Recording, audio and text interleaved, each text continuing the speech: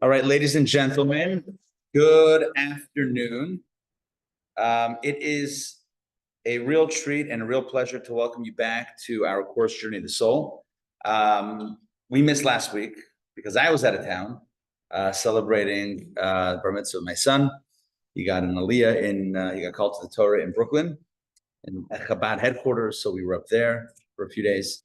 But it's great to be back, and it's great to be back to the course and to explore the topic of Journey of the Soul, or as I like to call it, Journey of the Soulish. I'm kidding. I don't call it that at all, just right now. Okay, so they tell a story. They tell a story about a rabbi who's speaking to a congregant, an older member of the congregation, and the rabbi says to this fellow, he says, "Look, I think my humble suggestion is that you start thinking about the hereafter." And the fellow says to the rabbi, "Rabbi, I think of it all the time. Every time I walk into a room, I think to myself, what am I here after? What am I here after?" Okay. All right. We're getting the crowd warmed up. The truth is, obviously, these classes are not any laughing matter at all. These are serious topics. And I would say these are very powerful and personal topics. Today's class is all about what happens to souls after we pass on. In other words, today we're talking about the afterlife and the hereafter. And it's one of the topics that I get asked frequently. Sometimes it's phrased as, does Judaism believe in heaven? Or does Judaism believe in hell? What does the afterlife look like? What does it feel like? What's the experience? Essentially, where do souls go? And sometimes it's even phrased and framed as, does Judaism even believe in an afterlife? Right? Do we even have that belief? Or maybe it's only some sort of Eastern religious philosophy. Do we believe in a thing? No. Or do we believe in a thing called the afterlife? That's a question I get asked often. And I want to tell you a story or an anecdote, not a real story, but an anecdote that I think highlights my response to this question. They tell the anecdote about twins that are in the womb. By the way, what do you call twins? Womb mates? I don't know if they're getting worse or getting better, or they're just parallel terrible. Okay, either these, I can't divulge my sources. Some. So anyway, these twins are having a conversation, and one says to the other, what do you think is going to happen to us? Right? Is there life after birth? Right? What's going to happen? Right? We're here. This is the reality that we know. What's going to happen when we're born? Birth. What is that? Is that the end? And the other one says, "No, I think something else happens. I think, life continues on." Well, what kind of life is it? This is the only reality we know. If once we go out, it's over. The other one says, "No, I think rumor has it that there's something on the other side." Now we know the truth that on the other side of birth is life. And Judaism believes that on the other side of death, what we call death is also life. But like the twins, or like the fetuses in utero, in the womb, can't fathom what it is to be in a situation where the cord is cut, where you have to live in a different environment outside in the world, not in a contained, protective environment, etc. Likewise, we can't imagine what life looks like beyond this very corporeal reality, this very physical, materialistic, bodily reality. But our tradition tells us, just like there's life after birth, there's also life after death. The soul does live on, which then leads to the question, what does the afterlife look like? You want to sit over here? Come on. No, this is literally, no, come on over. This is the place to be. Yeah. So the question then becomes, so granted, great. So Judaism does believe in the afterlife. Yes, there is an afterlife. There is life after death. And that is certainly the theme of this entire series. But that leads to the question, what happens then? So what does the experience look like? What does it feel like? Is there a heaven? Is there a hell? What is heaven? What is hell? We're going to talk about all of these things in today's class. Reincarnation we'll get to next week. It's related, somewhat related, but we're going to have a full class on that next week. So I want to begin exploring heaven and hell by asking you to share with me some ways in which you have encountered heaven and hell depicted. So let's start with heaven, right? How is heaven typically depicted? Go. Beautiful. Beautiful. What else? Angels. Angels. What are the angels doing? Floating on, sitting on clouds, hanging out, chilling. They're definitely not stressed. Paradise, good. What else? Heaven. What images are conjured up in your mind when you think of heaven? Heaven. White. White. Okay. White, bright, fluffy. Reconnections, good. What else? Harps. Always harps. Always harps. No one knows why. Harps. Harps for days. It's a thing. Okay, what else? What else? Heaven.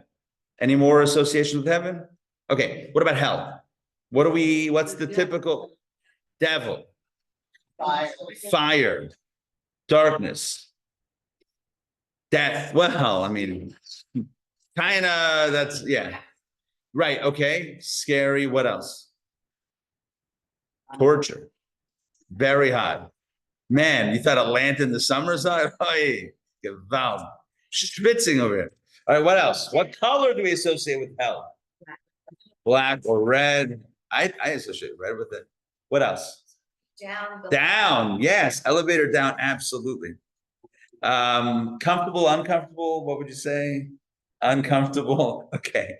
By the way, they tell a joke that I don't know how it starts, but the synagogue sisterhood, right? It's traveling on a bus somewhere. Maybe there's a sisterhood convention. But locals, all the local sisterhoods are getting together.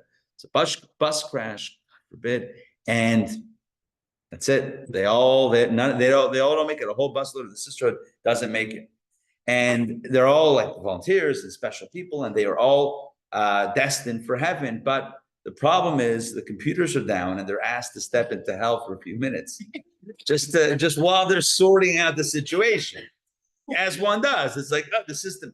You ever encounter that the systems are down? I'm so sorry. It's like, oh. I've been in Kroger where that happened. Like, oh, you can't pay. It's like, can't pay. What do we do? Like old school, write down the credit card, like that machine. Remember that thing? Whatever that was called. Anyway, so they put the sisterhood for a few minutes in that. They get a call like 5 minutes later from the head of hell calling the folks in heaven. It's like, you got to get these ladies out of here. You got to get this her out of here. They've already arranged a fundraiser, and the air conditioners are being installed tomorrow.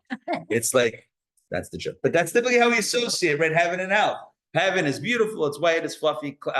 Clouds, angels, harps, melodious, maybe some classical music playing, whatever. Hell, probably some hard rock. I'm kidding. Hell, but like metal. But hell is like red and fiery and torture and so horrible.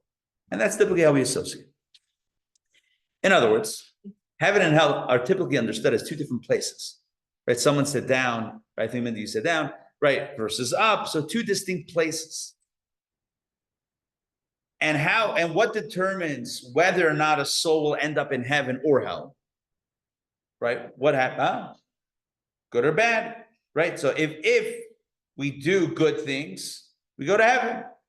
And if we do the opposite, well, then the opposite.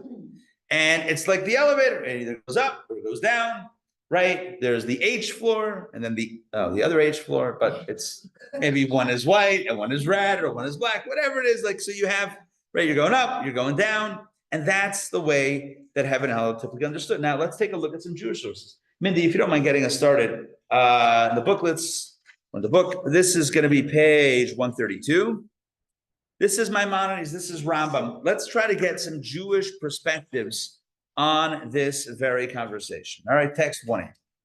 The 11th of the 13 principles of Jewish faith is that God, blessed be He, rewards those who observe the commandments of the Torah and punishes those who transgress its prohibitions. Okay, so based on text 1a, what would you say? Hey guys, come on in. Based on text 1a, what would you say? You can so if you do good, right, you get rewarded, and if you don't do good, you get punished. And it may sound like a similar phenomenon, it may sound like a similar construct or concept of going up or going down, reward or punishment, right? Could sound similar. Mindy, if you don't mind doing text 1b as well, this is also from Rambam, Maimonides. The greatest reward is the pleasures of the world to come. The strongest punishment is to be cut off from the world. Okay, so here we have also this idea that reward is to have the pleasure of the world to come, in other words, heaven, and the punishment is no heaven. And again, it seems like you have two chambers, two rooms, two realms, two realities, that sort of thing. And you're either destined to here or to there, and that's the way it would seem. And it would seem that Judaism is very similar to the popular, I would say that, and I don't know exactly where it comes from, but the popular belief in heaven and hell, two destinations, one reserved for good people, that would be heaven, and one reserved for the not good people, and that would be hell. Which begs the question, perhaps, maybe you thought of it, maybe you didn't, maybe you've wondered, maybe you've blocked this question out. But I'm going to ask the question, does God have nothing better to do than keep score? Is that what's going on?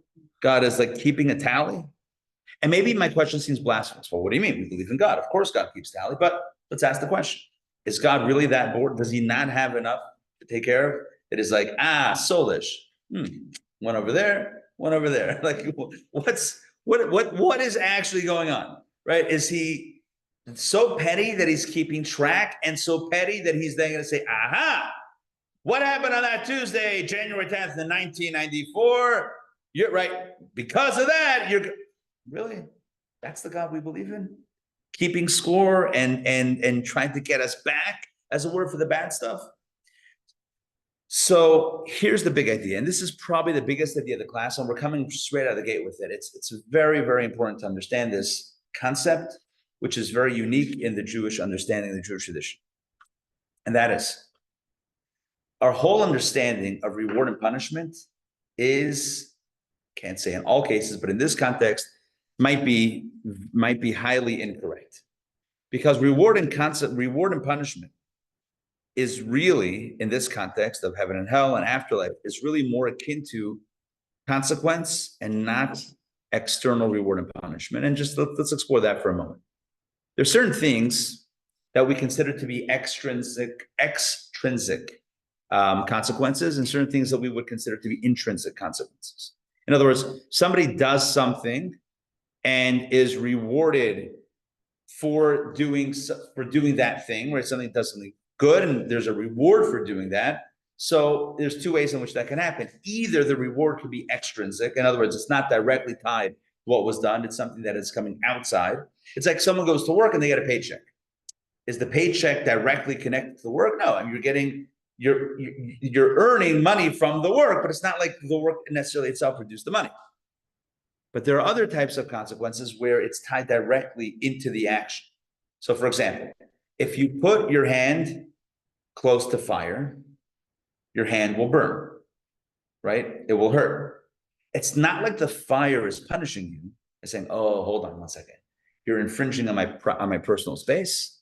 Therefore, I'm going to get back at you by burning your hand. That's not what happens. Rather, fire inherently is hot. I'll give you another example. Let's say you're planning a romantic vacation with someone you love, let's say. And right before you get on the plane, you have a big fight, right? How's that vacation going to go? You planned, you invested, right? You did all this stuff. You going to enjoy it?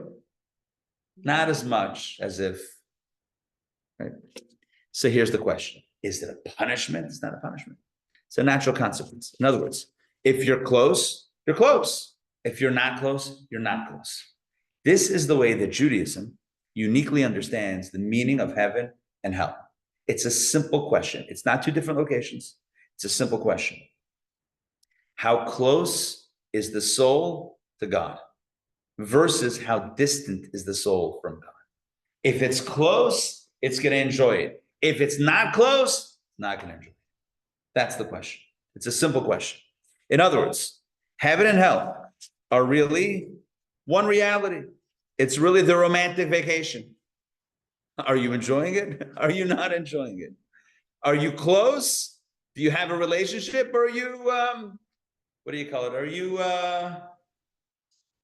estranged? Oh, that's what I was thinking, right? Or strange. I mean, not in a full sense, but in a little bit of a sense, right? Is it a little uncomfortable? Is there a little tension? That's the question. Let's take a look at text number 2. This is really, this will really help us kind of make sense of this. Text number 2 on page 134. Lisa, please read this. Do not consider the punishments described in the Torah as comparable to penalties a person incurs for disobeying the decree of a mortal king, not at all. Rather, they are completely natural consequences. For one who fails to observe a Torah commandment is denied the good that actually comes from its observance. It is comparable to one who fails to sow his field and therefore cannot reap a harvest, or one who fails to wear clothes and is then cold. It is as natural a consequence as the warmth provided by fire, the wetness of water, and the satiation of bread.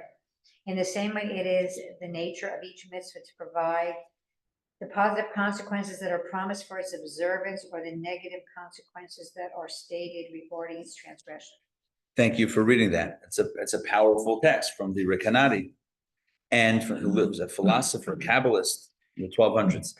So look, this represents, and this depicts in a beautiful way, Judaism's understanding of reward and punishment. It's not extrinsic, it's intrinsic.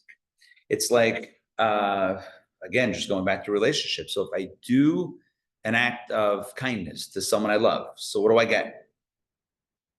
What do you get? But aside from all that, you know what you get? You've deepened the relationship.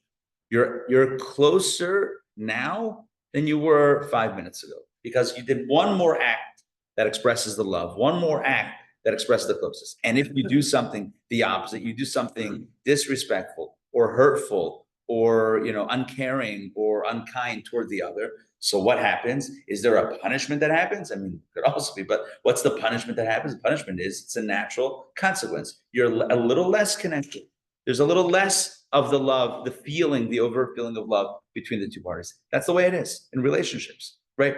The more you do, so is there a reward? I mean, are we looking for a sticker? Like when we were kids in school, we get a little star. Did you guys get that? Like a little star on the work? A gold star, a silver star, multiple stars. I don't know if they still do that. I have to ask my wife, see if they still do that in school. It was always a lot of stickers going on. But like, is that what it is? Is that what goodness gets you, a sticker? Or is the reward for goodness, in this context, is the reward of a mitzvah, the mitzvah itself? Let's take a look at text number 3. Yes. There is the soul rewarded in its reassignment after it goes back to paradise. And this may be a question for a reincarnation issue. So hold reincarnation till next week. So reincarnation will be next week, and we'll deal with how can the soul enjoy its paradise if there is a thing called reincarnation and it's pulled back into active duty. What is that? How does that work? So that's a good question, but let's leave that for the next one. All right, come on in. Okay, so Mike, if you don't mind, please read text number 3 from Pirkei Avot, Ethics of the Fathers. That really and very subtly shares exactly this message. The reward of a mitzvah is a mitzvah. The retribution for a sin is a sin. And the question is, how do you understand that? Like, the reward of a mitzvah is a mitzvah. And sometimes people think, oh, if you do one mitzvah, you're then going to do another mitzvah. If you do one sin, you'll then end up doing another sin, right? Mitzvah begets sin. Awkward. Mitzvah begets mitzvah. Sin begets sin. That's typically the way it's understood. Mitzvah gereris mitzvah. Aver gereris aver. That's, again, a simple understanding. But there's a much deeper understanding. The reward of a mitzvah is the fact that you did a mitzvah. In other words, oh, what do I get? I did something good. You got the opportunity to do something good.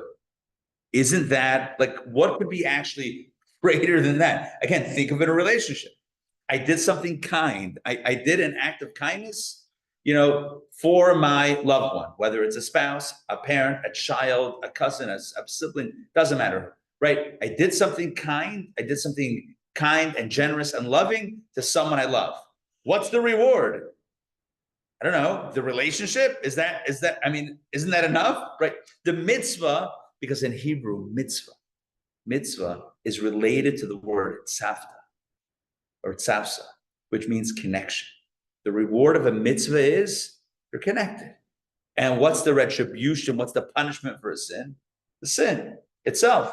In other words, what punishment do I get? I did something wrong. What do I get? What do you get? You get the feeling that you're not so close to him, right? It's like, I said something hurtful on the romantic vacation. What's my punishment? I don't know. Now it's going to be awkward. now there's going to be a little distance. It's not a punishment. It's just inherent in the action itself. Bonnie, do you have something? Say it's like the more you give, the more you get. Right. And it's Doesn't have to be a material piece, but it's. correct. And I think that the key emphasis here is that it's not something extrinsic. It's not like you did this, so you're going to get that. You did this, you get this. You did that, you get that. I mean, it's like, it's literally you get what you get. And I know I'm not speaking that eloquently and clearly, but it's like you do good, you got good. You do the opposite, you got the opposite.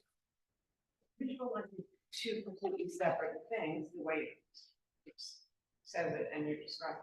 But is there something in between? Like, what if somebody does something good and then they don't? Where is that? You mean if people are a mixed bag, we do some good things and some not good things. Right. And I think there is, again, just going back to relationships, because we are talking about our relationship with God. The best model we have is our human relationships to help understand our divine relationships. So when it comes to our human relationships, it's also not either or. We have many moments in which we are our best self, kind, loving, generous, caring, devoted, attentive, etc. And other moments in which maybe we're not our best self, in the sense that we're in a different modality. And the question is, so what's the totality of the relationship? Well, the relationship is always going to be, it is a product of the investment, both positive and negative. And the totality of those actions and behaviors, etc., and choices constitute the nature of the relationship. That's always how it works. It's not all or nothing, right? It's not like, and it's not isolated in one moment. It's, we look at the totality. How healthy is that relationship? And it's basically what we're kind of saying, if we apply this to the afterlife, is, okay, the soul is now on vacation with God. Comfortable or uncomfortable? That's the question. How comfortable is that relationship? Is the soul comfortable? Can the soul look God almost, as it were, right, face to face and say, here I am, ready to party, like, ready to go? Or is it like,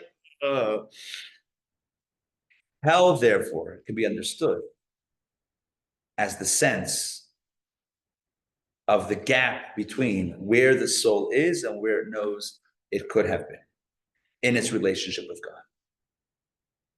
Is there? We think of like the way hell is depicted, we all discussed it before. Torture and fire. I don't know. Sometimes, and it's not a competition of which is worse, but sometimes, and we all know this, the worst feeling is the one in which we feel that we fell short. That can hurt more than external, pain, as it were. It's the internal stuff. So this is a bit of an insight into the Jewish understanding of what hell is and its purpose. Now, to see this inside in some texts, let's take a look at text number 7. This is a long one, and I'm going to read this one because it's a little bit long. This is from Rabbi Ari Kaplan. Rabbi Ari Kaplan was just a real scholar. He wrote so many books, so many translations, very prolific in his writings. Passed away at a relatively young age. And Rabbi Ari Kaplan has a beautiful text in text number 7, page 139. He says, then, which means in the afterlife, after the soul uncouples from the body, an individual will also see himself in a new light. Even in our mortal physical state, looking at oneself can sometimes be pleasing and at other times very painful. Imagine standing naked before God with your memory wide open, completely transparent, without any jamming mechanism or reducing valve to diminish its force. And by the way, that's a very important line, because so often we naturally kind of block ourselves from really seeing the truth of any situation. All right, back inside. You will remember everything you ever did. You will see it in the light of the unshaded spirit, or if you will, in God's own light that shines from one end of creation to the other. The memory of every good deed and mitzvah will be the sublimest of pleasures, but your memory will also be open to all the things of which you are ashamed. They cannot be rationalized away or dismissed. You will be facing yourself, fully aware of the consequences of all your deeds. We all know the terrible shame and humiliation experienced when one is caught in the act of doing something wrong. Imagine being caught by one's own memory with no place to escape.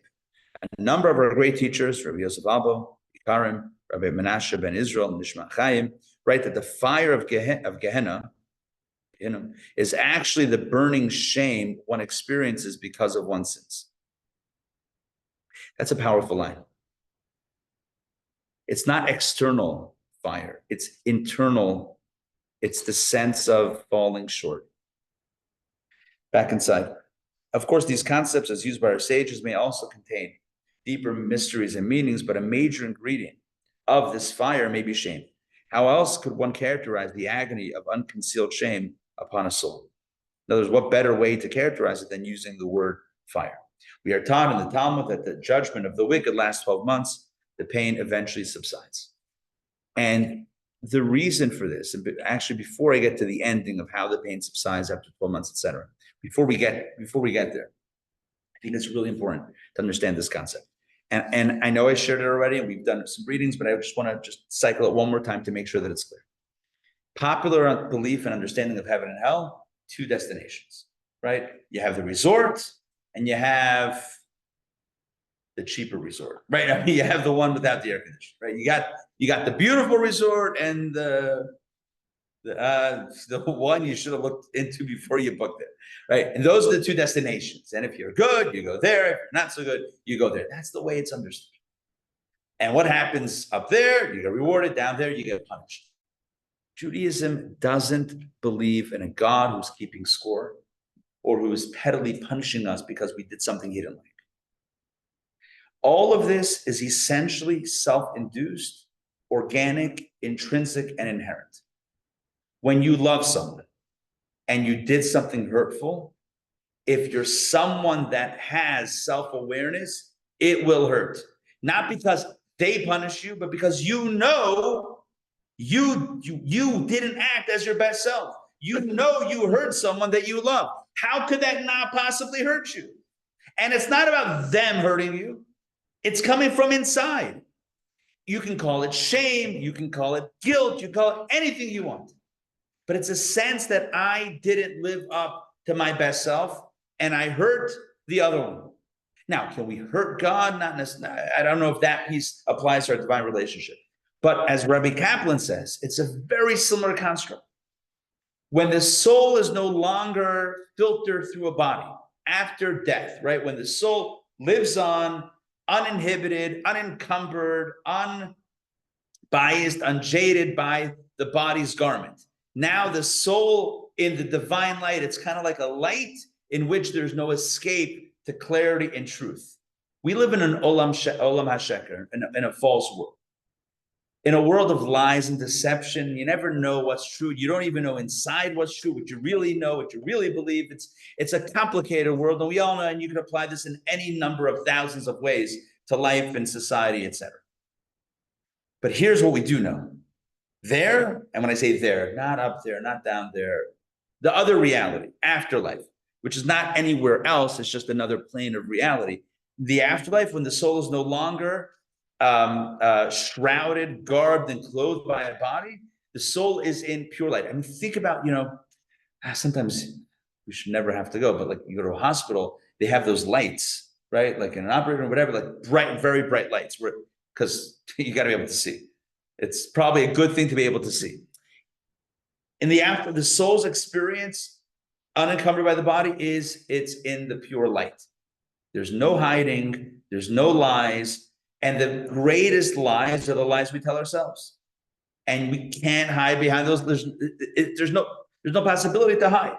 And so therefore, the good things we did, whether it's to those around us or vis-a-vis our divine relationship, the good that we did has immense joy. We have immense joy from it. And the negative stuff hurts. It hurts. Not because anyone else is punishing us. And not because we're punishing ourselves. It's also the wrong term. But because it just feels, it just hurts. It just hurts. We're not punishing ourselves. It's not like a conscious choice. I'm punishing myself. It's not like, some sort of masochistic experience of like, I'm going to punish myself for not doing this. That's not punishing. It's just a sense of falling short. That itself, that pain itself, acts as catharsis. That itself acts to purify the fire, as it were, of the internal shame. That itself burns away, singes all the impurity of the negativity, and purifies from the inside out.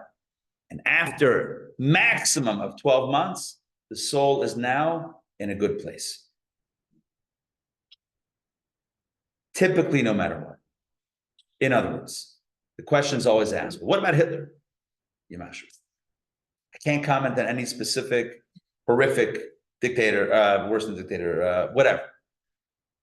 Extremes notwithstanding, the typical period, the maximum typical period of this experience, it's kind of like a, we would call a replay for the soul, but a self-replay.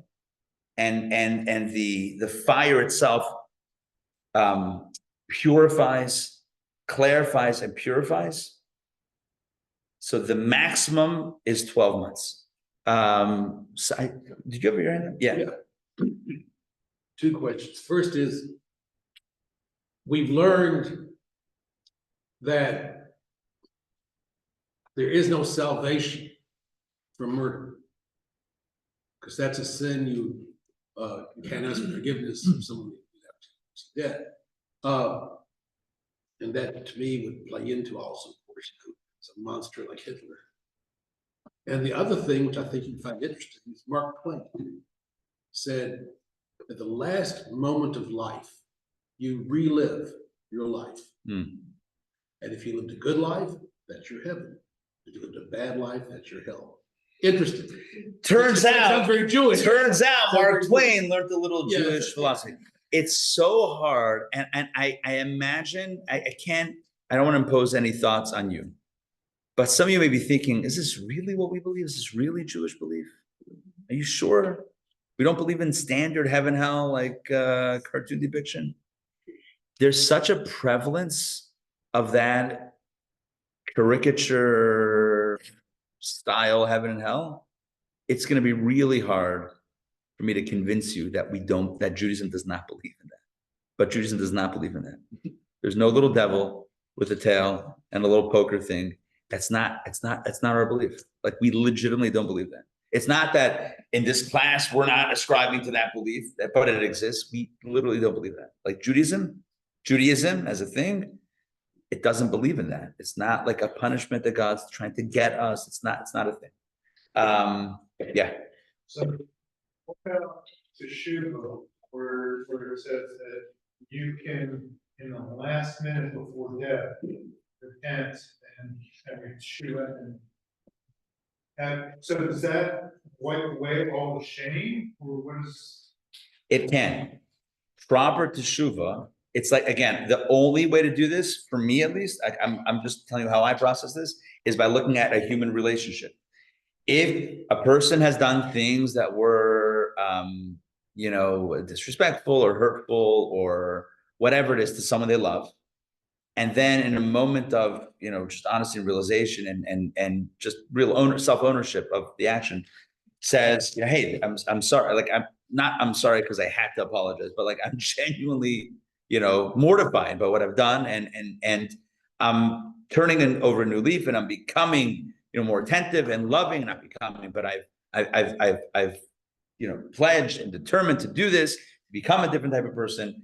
and then goes on that path, is there still shame or guilt at some later point for what was done? There might be, but it's going to be far less than had you not gone through that process and owned up to it and made amends, etc. So does tshuva help? 100%.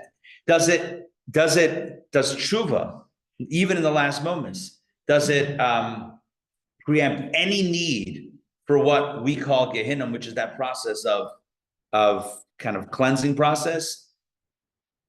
Possibly, possibly not. It's probably likely that everyone has to go through that on some level, different degrees, different amounts of time, but probably some sort of cleansing process, even in the sense of, I did the tshuva, right? I made amends, but there was a time in which I feel shame for that, for not having always been like that, even if it's that level. Yes. Tshuva, does it need to be between man, person, and God, or between person and person?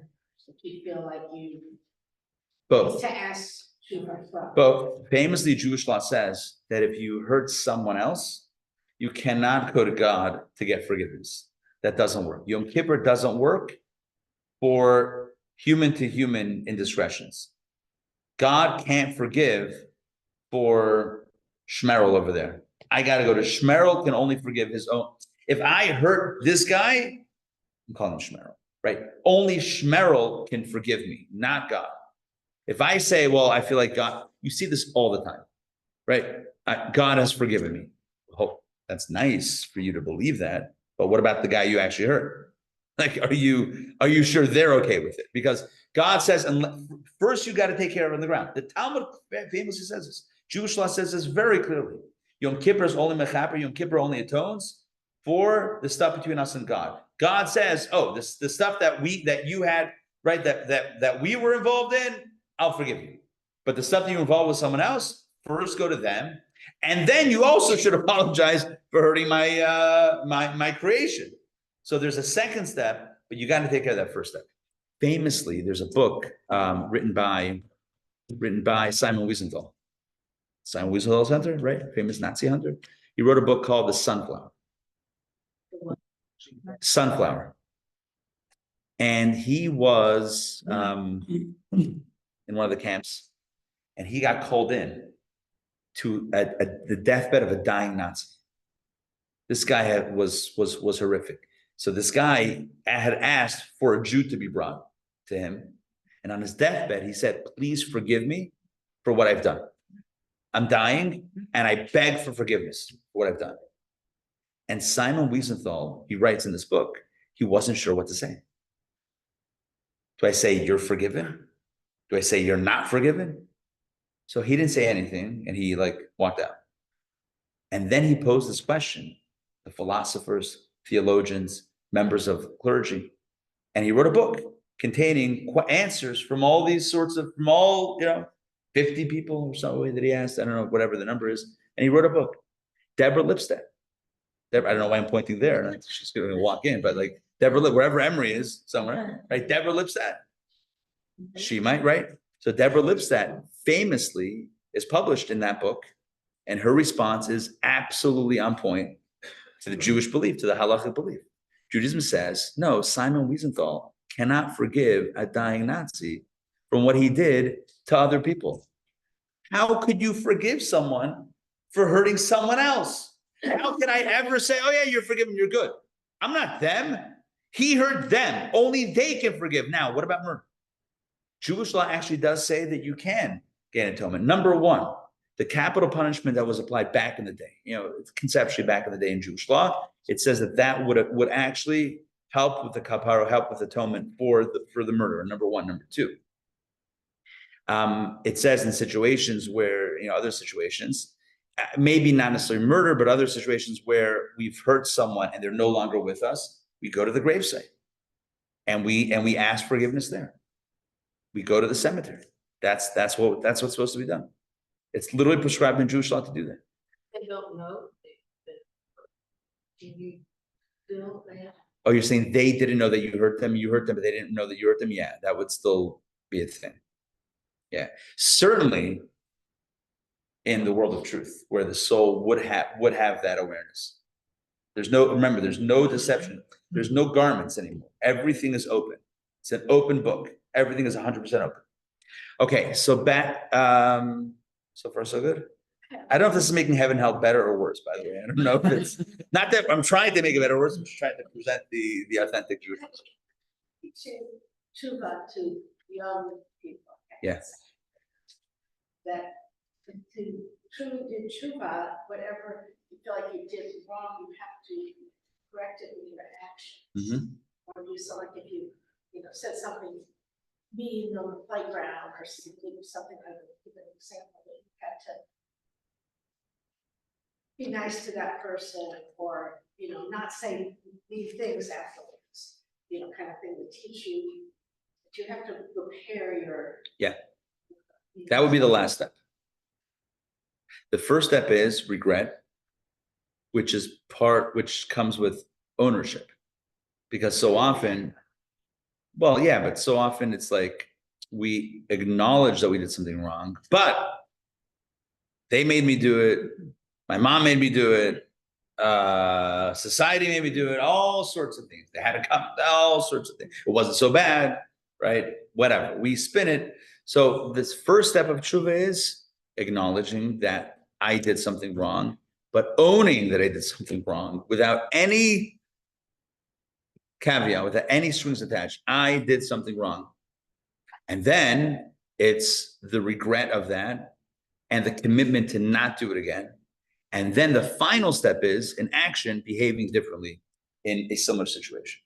Like Maimonides famously writes, he says, if somebody committed a particular sin, then the person will never know that they have really done tshuva, i.e. spiritual rehabilitation, unless the same situation presents itself and you behave differently, you choose to behave differently. That's when you know you're different. If you take a thief, put him in jail, and he hasn't stolen anything because he's in solitary confinement or whatever it is he a reformed thief? No, there's just nothing to steal, right?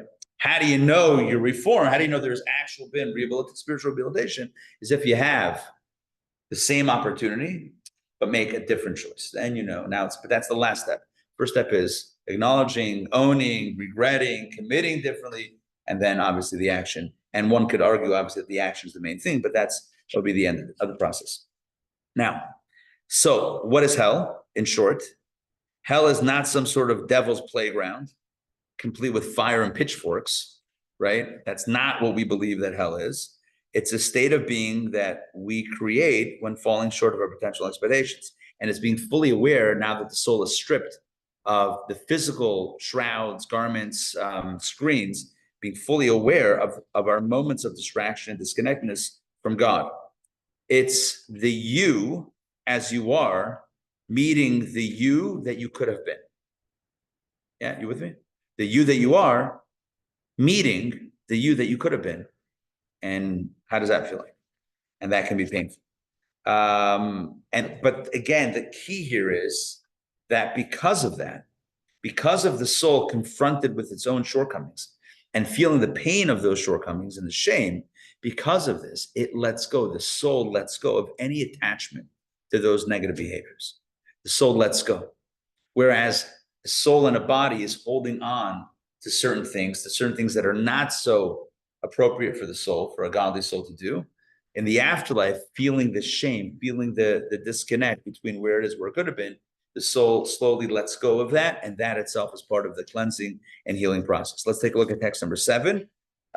We did 7. We did 7. So this is how sins and how negativity is purged, and this leads us to text number 6. We're going back to text number 6. David, I think we're up to you. Please read text number 6 on page 139. The purpose of Gehenna is to refine the soul and rid it of any sickness that it contracted. This is similar to the process of smelting silver, wherein the dross and sediment is burned away in a furnace, leaving the silver clean and free of impurities. Similarly, for the soul to be able to experience the light of the supernal pleasures and bask in God's radiance, it must first be refined in the spiritual fire of Gehenna, whereby the negative is purged from the positive. Thank you. And by the way, there's a line in there at the end that is also very powerful.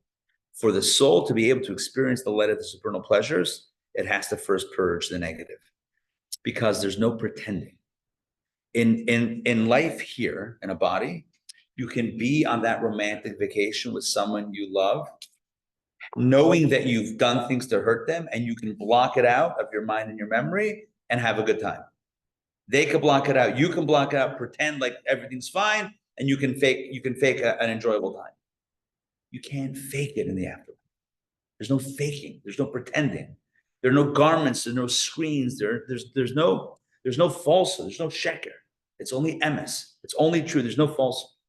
And so therefore, the greatest thing for the soul is to deal with it, is to deal with the negativity, purge it, let go of it, feel it, regret it, let it go, and then it can fully embrace the divine light, the divine relationship, that connection, and that the paradise and the joy of that relationship, as opposed to the shame, the guilt, holding secrets. You can't hold secrets in the afterlife. There are no secrets. Everything is an open book. You got to let it go. You got to work on it, work through it, let it go, and then move on. It's a soul catharsis. And that explains, we're going back in these texts. I have a different order that we're doing this. Text number 5. This explains a story from the Talmud. I need to give you a little bit of a background. Actually, the background is there in the first paragraph that's in the brackets, but I'll give you a little bit more of a background. There was a rabbi whose name was Elisha ben Abuya. Elisha ben Abuya was one of the greatest sages of his time. He was renowned. He was the greatest of the great. At a certain point in time, and there's discussion in the Talmud as to what changed him. At a certain point in time, he decided he doesn't believe in anything anymore. Doesn't believe in God. Doesn't believe that he became a heretic. Kind of, midlife crisis, we might call it.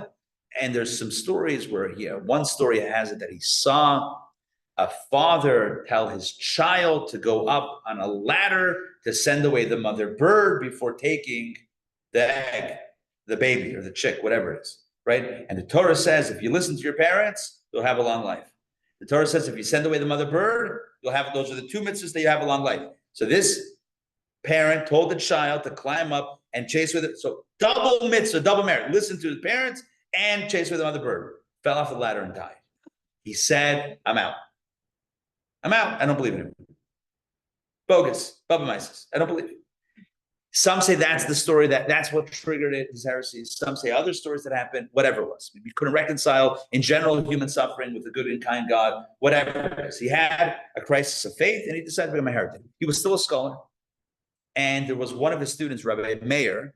If you study Mishnah, you see Rabbi Meir is everywhere in the Mishnah. Rabbi Meir, Rabbi Yehuda, those are like the Rabbi Akiva, those are like the big, there was like 5 major scholars. Rabbi Meir was a student of Elisha ben Abuya. Oh, no one would study under him, Elisha ben Abuya, after he became a heretic, because who's studying under a heretic, right? The well is poison. You're not studying under a heretic, right?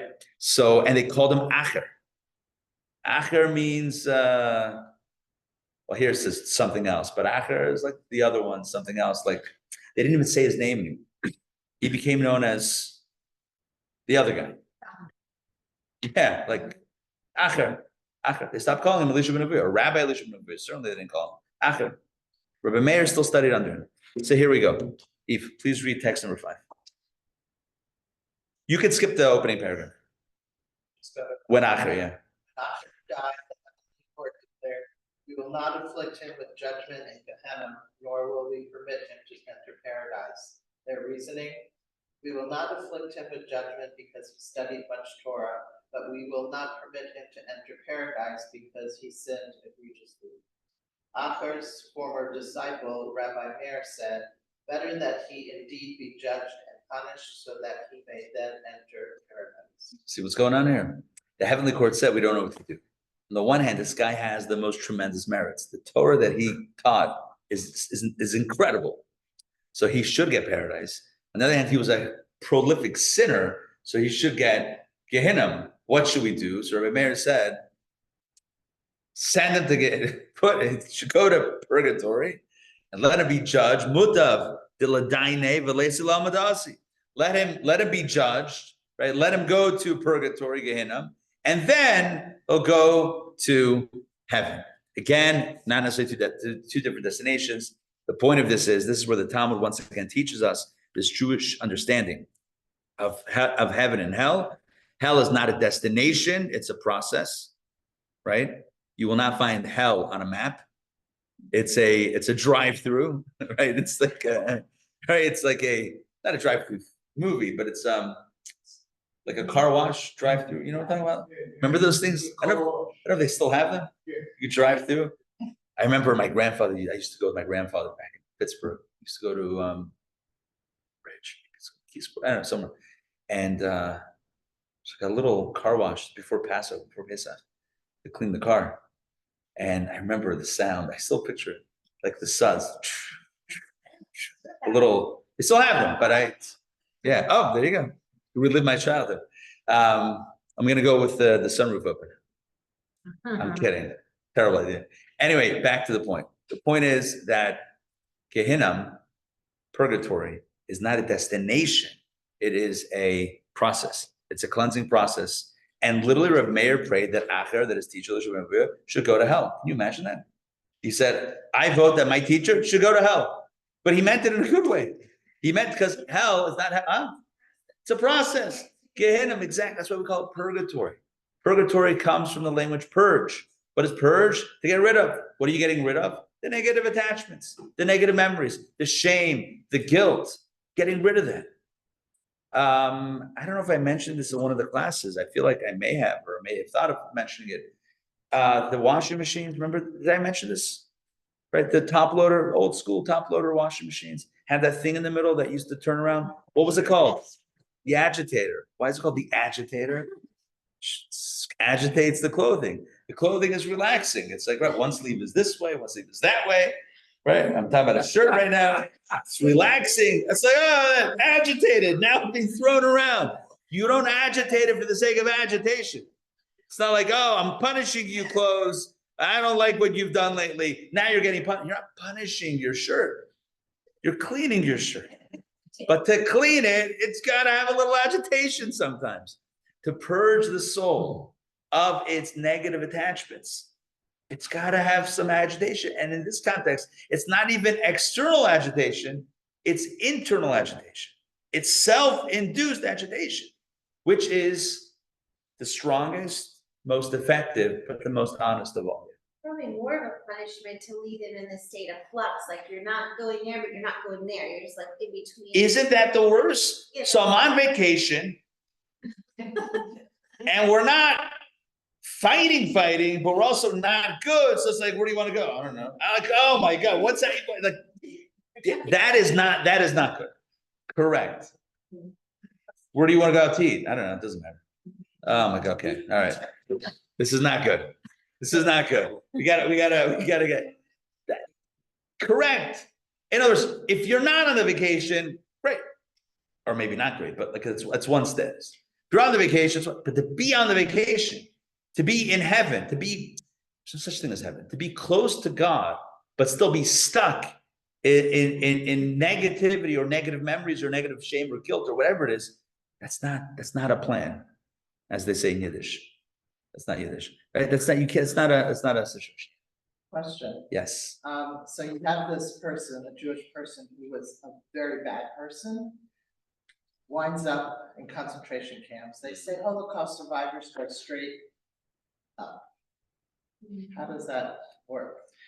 Could be. It was really bad. It could be that any negativity was purged through the fires, through the physical fire. I don't mean necessarily literal physical fire, but through the pain that happens, suffering on earth. In other words, it's sometimes the shame. No one's looking for shame, but shame is very deep and it's very powerful. And it's that shame that can burn away. It's like the hitting bottom. You know, you're talking about an addiction. That person hit rock bottom, and they hit rock bottom. There's nowhere to hide anymore. You can't pretend like it's okay. Right? When an addict hits rock bottom, what does it mean? It means that until then, they're like, I'm still okay. I'm still okay. I'm still okay. When you hit rock bottom, you say, I'm not okay. The first step in the 12 steps is admitting that we are powerless. In other words, it's being honest. That's the level of honesty that is the afterlife. Is that hell? Can that happen on earth? Yes. If it happens on earth, do you then need it again? Probably not to the same extent. So when we say that survivors go straight to heaven, that's how I would imagine that means. That they had that experience they had the purging experience of all the negativity. They hit the bottom, as a word. They had it on earth. They don't need it. They had it in this lifetime. They don't need it in the afterlife. That's the way I understand it. So bottom line is, yes, Gehinnom, hell exists in Judaism and Jewish thought. It's not hell as a destination. It's Gehinnom, it's purgatory, soul catharsis. It's an experience where the soul can be set free through that process. Now, all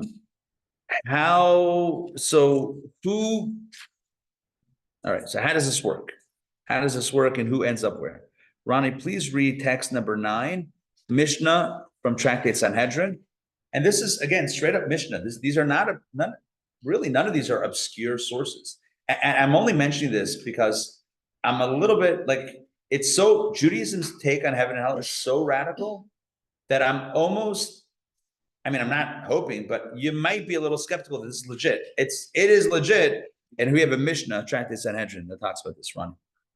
Each member of the Jewish people has a portion in the world to come, as it is stated in Isaiah. Your people are all righteous. They shall inherit the land forever. They are the branch of my planting, the work of my hands, which I do. So here we have a mission that says that we all have a place in the world to come. In other words, we're all going to heaven. We're all going to heaven. Why? Because there is the process that every soul goes through on its way out. And people often ask, well, does this mean only each member of the Jewish people? Is this excluding others?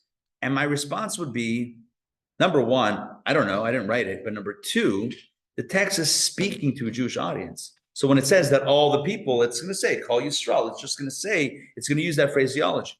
But certainly this is the way that Judaism teaches the afterlife. Take a look at another Mishnah, text number 8. Claire, please read text number 8 on top of 141. We're just on the same page, just that top text. The maximum sentence of the wicked in Gehenna is 12 months. So there you go. So how long does the soul catharsis take place? Like, is there a time span? Is there a timeline on this? The answer is yes, maximum of 12 months. Now, I feel like, again, I don't know why I'm having like deja vu about some of these ideas that are coming to my head to share, but how does time work in the afterlife? How do you measure 12 months? Is the soul in the afterlife subject to time? Or is it beyond time? Sounds like here the soul is still subject to time. So I don't know. I don't actually have a good answer for that question. I wonder that sometimes also. Maybe it's like the time that we have is parallel somehow over there, but however it works, maximum amount of time it takes to go through the soul catharsis is 12 months. Now, that does not mean that the soul requires 12 months by any stretch of the imagination. It could be a very quick transition into heaven, into paradise. It could be a very quick. Oh, and by the way, what determines, this is almost a little too obvious to even mention, but like, what determines how long the process will take? How much cleansing the soul needs. It's literally, it's how we live. It's how we live our lives right now. That's it. And Jason mentioned the idea of tshuva. It's not only like, well, too late now. Nothing too late. Amends can be made, whether between us and others, us and God, whatever it is. And it's about honesty. It's about owning up to the things. It's recognizing our shortcomings and trying to be better. We will never be perfect, and that's the truth of human behavior. And God, there's no expectation of perfection. There's an expectation though of honesty and genuinely doing the best that we can. Now, the maximum sentence is 12 months. Therefore, we're going to speak about Kaddish at length soon. But I just want to tease one second. Let me just mention one more thing. Therefore, the tradition has become in many Jewish communities to only say Kaddish for 11 months and 1 day. Now, not all, some have different customs, but many customs, many communities will only say Kaddish for a loved one, Sukkot, for 11 months and 1 day, meaning that you're in the 12th month, but you're not presuming about a loved one that they require the full 12-month treatment. Because again, it says for the wicked, the maximum sentence is 12 months. We don't want to presume that our loved one, yeah, they probably needed all 12 months. We don't want to presume that. So where do you draw the line? So you go 11, many do 11 months and 1 day. So you're into the 12th month, but you're not maxing out on the 12 months. Yes. So. Oh, sorry, Lucy, yeah. Is that have anything? The unveiling is not exactly, I don't know that it's directly related. The unveiling is a very special tradition. It's basically the declaration of a person's legacy by their final resting place for the body. And where the nefesh, as we learned in previous lessons, the nefesh, the lowest level of the soul, is found there together with the body. And so it's a way of honoring, marking, and making the impact of our loved one in a way tangible for all to see. It's kind of bearing witness to the impact that they made. It's not necessarily about the cleansing cathartic process, but there is a powerful statement that's being made there. Yeah. You often reference this as this is the Jewish view. Yeah. Do we believe that Gentiles go through the same process, or do That's a Gentiles question. have a compartmentalized heaven and hell? That's a very good question. So the short answer is I don't know. The broader answer to that is it's because Jewish texts, when they speak in terms of Jewish souls, the Jewish people. It's hard to say from a Jewish perspective if this applies equivalently to everyone, to all humanity. I mean, I could guess and say, why not? Like, sounds like a good process that should work for everybody. But I don't know that you would have a Jewish text that would say what's happening to a larger. Typically, Jewish texts speak in very direct terms to the community. So we're saying a Palestinian terrorist has 11 or 12 months, and then they're going to speak with Allah. So here's the thing. Number one, we definitely need to open the door to exceptions to this 12-month rule, right? As I said before, like I like Hitler, like I don't believe that this is standard operating procedure. I don't believe that everyone runs with that everyone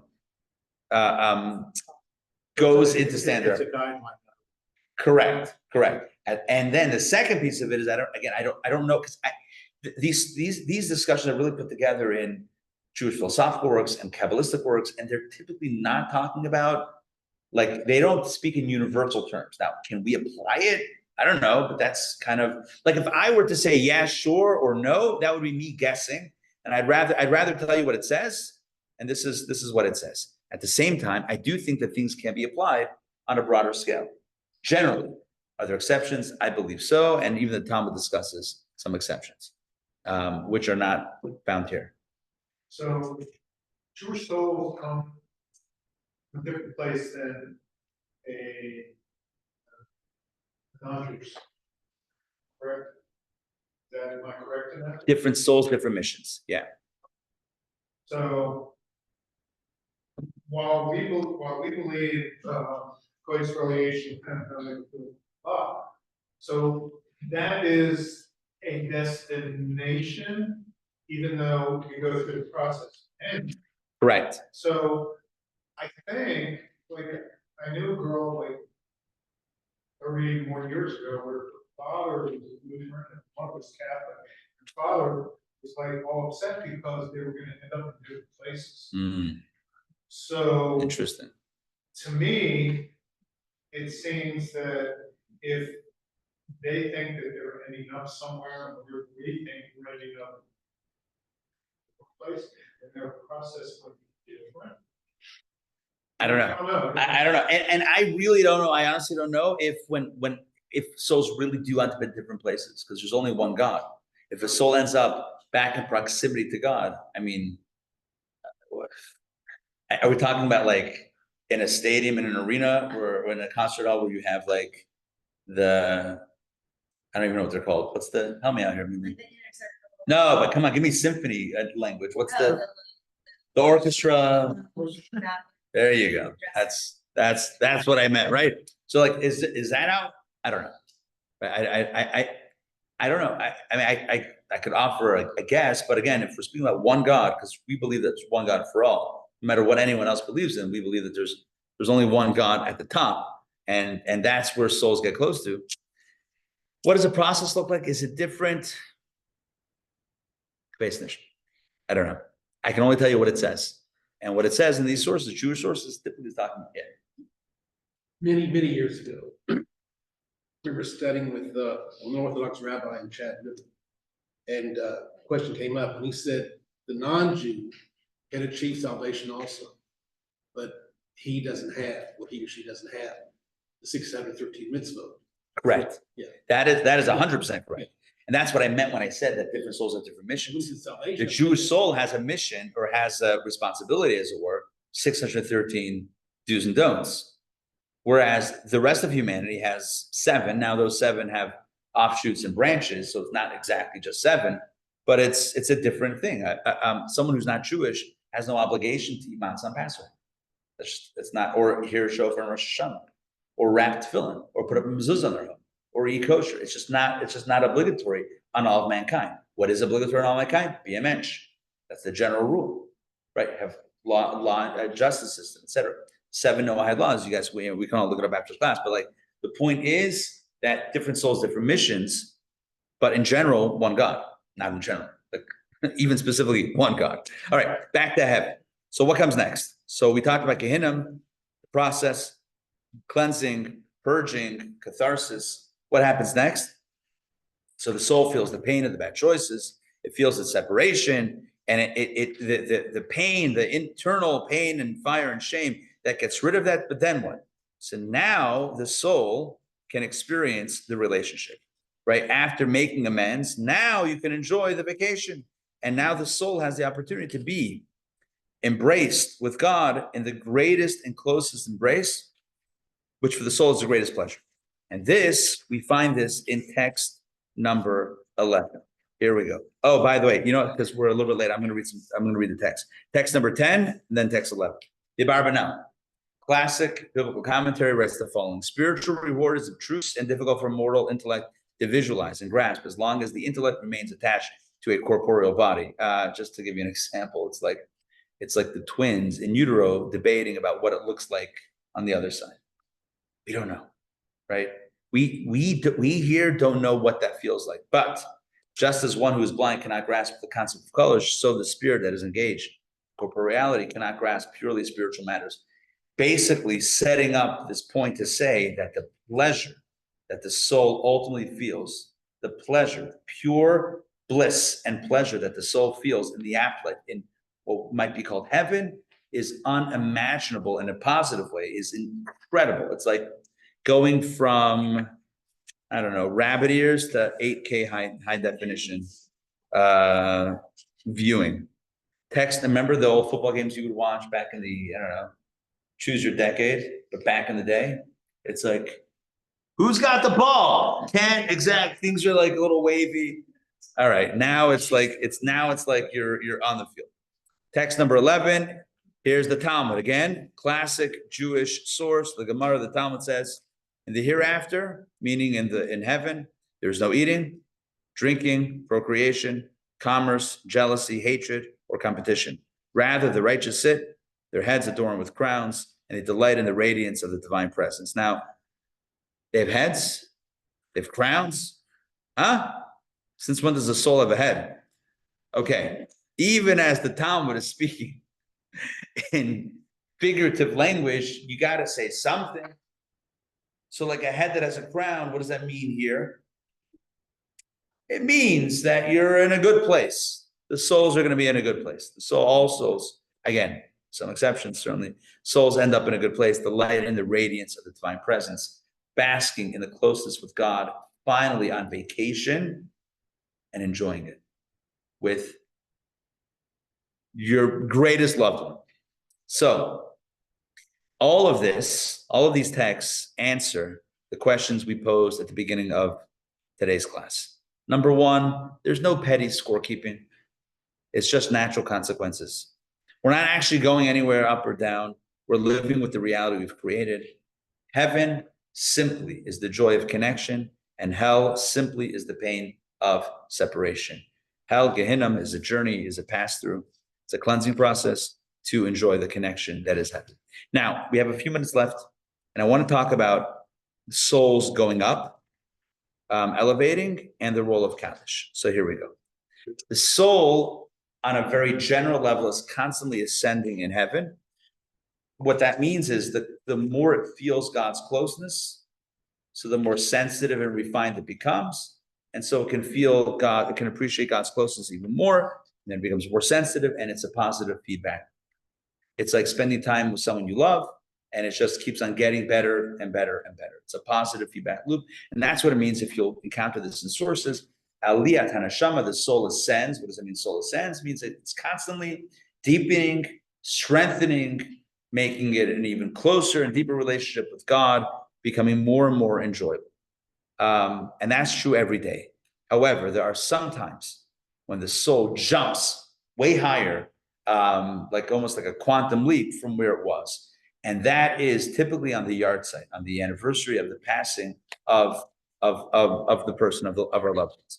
He explained before in our second lesson, lesson number 2, that at the moment of a person's passing, all of their good work and accomplishments shine brightly and more powerfully in this world than ever before.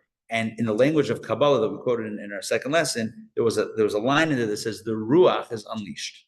Whereas before, the Ruach, or Nefesh Ruach, the second level of the soul, the second level is typically closed up in a body. When a person passes away, at the moment of their passing, it's unleashed and the light shines super bright. There's like an explosion of light as the soul finishes its job on earth and departs from the body, is no longer tempered by the garment of the body. There's an explosion of spiritual light that happens. Well, every year on the yard site, which is typically marked by the Hebrew date of the anniversary of the passing, there is once again the explosion of that light, because it commemorates the time that soul completed its mission on earth. So that explosion of light and energy is re-experienced every year on the yard site. And because of that, the soul ascends ever higher on the yard site. However, notwithstanding the steady climb and notwithstanding even the yard site jump, all of these jumps, and I know I used the word quantum leap before, and I'm going to take that back. It's a leap up, but it's still not quantum, in the sense that the soul, as we've said many times, starting from the first lesson, the soul in heaven, i.e. a soul without a body, can't do a mitzvah. And we know the greatest impact is when we do something positive, when we create positive change. And the soul without a body cannot do that. Therefore, the way to really elevate the soul is by the loved ones that are still here doing something in the merit of and on behalf of the soul of our dearly departed. I have to read this text. It is really powerful. The Rashba, one of the classic medieval commentaries of the Talmud, a halachic genius, wrote many halachic responses that we hold dear to this very day. Rabbi Shlomo ben Adar, known as the Rashba. Here's what he writes about what we can do for those who have passed on. Listen to this. When individuals act righteously and are outstanding in their service of their Creator, they generate tremendous merit for the souls of their parents. This merit is simply by virtue of their parents having served as the instruments of their births. It is the parents who enabled their soul to be born into this world, which in turn enabled the many righteous deeds that they perform. The parents therefore have a share in their meritorious acts. So paragraph number 1, he talks about children.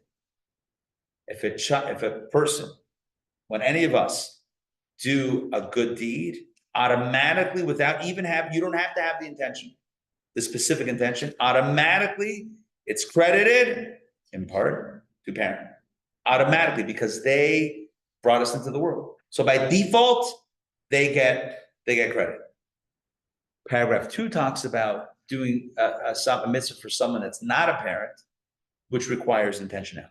However, anyone's charity or prayers on behalf of the departed person, even not a child, are beneficial for the soul of the deceased. It is therefore a Jewish custom to give charity and do other good deeds on behalf of the deceased in order to cause satisfaction to the soul. Remember, a soul can't do a mitzvah. A soul can't give tzedakah. A soul can't lift another person, help another person physically in this world. Therefore, you and I here, souls in bodies, that's what we can do. And when we do a mitzvah, automatically there's a credit that goes to our parents. When we do a mitzvah with the intentionality for someone specifically passed away, we dedicate it to them. That is dedicated to them, and they get, even if not a parent, they get the merit. Page 147, figure 4.2, you can see a partial list of suggested mitzvot that can benefit those who passed on: tzedakah, yizkar, Torah study, financial support to Torah students in education, sponsor a Torah class, sponsor donate books on Torah and Jewish practices to a synagogue or library, and write a Torah scroll. These are all classic ways in which to uplift the soul of the departed. And then we have yard site customs on the next page. Light a 24-hour candle, recite Kaddish, which we'll speak about in a moment as we close out today's class, visit the gravesite and recite Tehillim, donate to tzedakah, study Torah, especially Mishnayos, receive an aliyah, get called to the Torah, sponsor a Kaddish in their honor, convene a gathering, and discuss the legacy of the departed. These are all really beautiful traditions and customs associated with both the yard site as well as in general benefiting our loved ones. And I want to conclude with just a quick insight into the Kaddish, because Kaddish, certainly on a yard site and in the first 11 months in a day, and every year on the anniversary, the Kaddish is a very powerful boost to the soul. The question is why? What is the power of the Kaddish? Everyone knows about the Kaddish, but what's the power of the Kaddish? Because if you look at the text, if you look at the meaning of the Kaddish, it doesn't really stand out. I'll just read it very quickly on 149. Exalted and hallowed be his great name throughout the world, which he has created according to his will. May he establish his kingship, bring forth his redemption, and hasten the coming of his Messiah. In your lifetime and in your days and in the lifetime of the entire house of Israel, speedily and soon, and say Amen.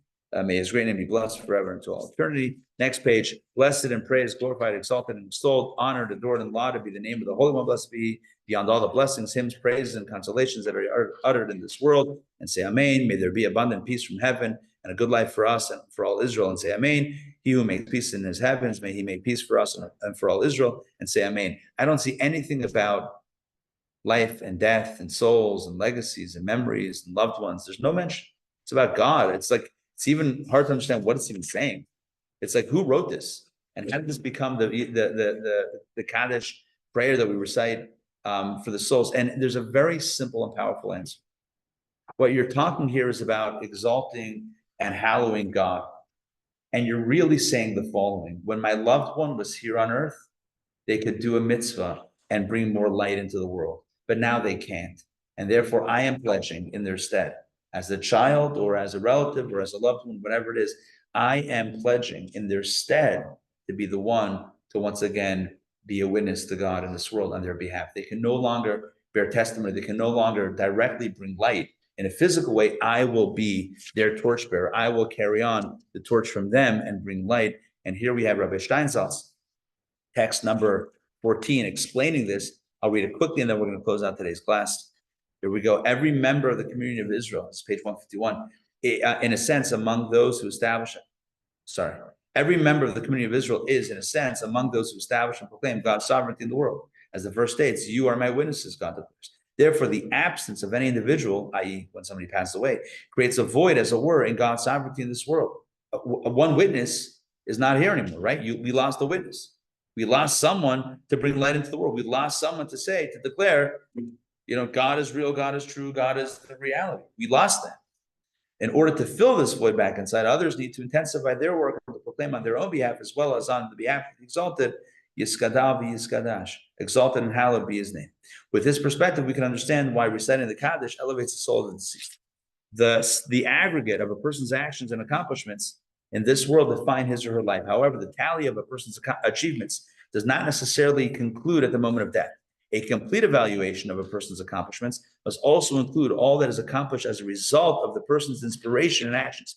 Therefore, when those who remain alive, and especially the person's children and descendants, whose very existence is a credit to their forebears, do good deeds, they contribute to the deceased's balance of accomplishments. For although the deceased is no longer active in this world, his or her actions continue to inspire positive deeds and actions. This is why the recitation of Kaddish elevates the soul, because God is being exalted in this world as a result of and in the name of the deceased. So yes, the Kaddish doesn't speak about our loved ones. It speaks about God and God's light, and exalting and elevating God's light, and bearing witness to God's reality.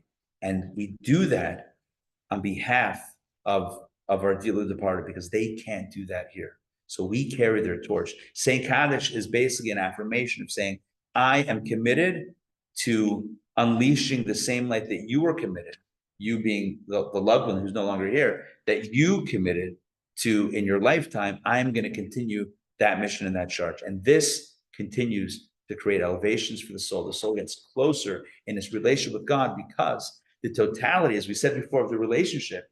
How close are you to a loved one? Well, what did you do for them, and what's the relationship like? Well, that continues on after death, because after death, the impact that a soul has had on those who are still alive, that positive impact and those positive actions continue in soul relationship with God, bring it ever closer to its source.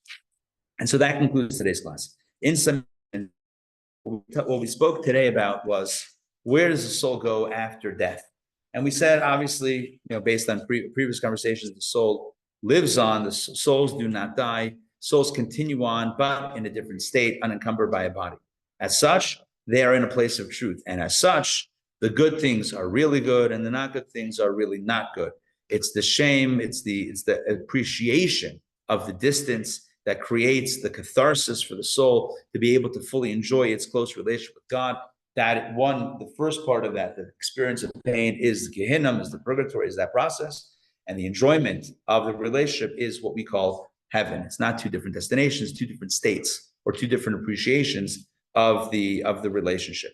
And so all of this speaks to a Jewish perspective, and that reminds us that all of that is triggered by how we live our lives here. And so let's commit to living a good life, a life of meaning, a life of virtue, and a life of closeness with our purpose and with those around us and with God Almighty. Next week, let us say amen. Amen. Amen. All right, next week, reincarnation, right? Here we go again.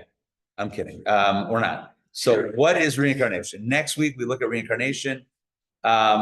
It would seem, based on what we've said, that the soul's journey is pretty marked out, and the soul ends up in heaven, and that's where it ends. In which case, as Mike asked earlier, so then what's the deal with reincarnation? Is that a thing? Do we pull the soul out of heaven? We say, oh, sorry to interrupt the previously scheduled enjoyment and bliss in the world to come.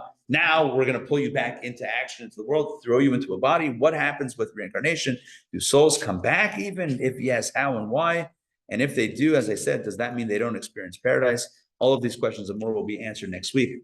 Same bat time, same bat channel, lesson number 5 of Journey of the Soul. Thank you. We got to clear up.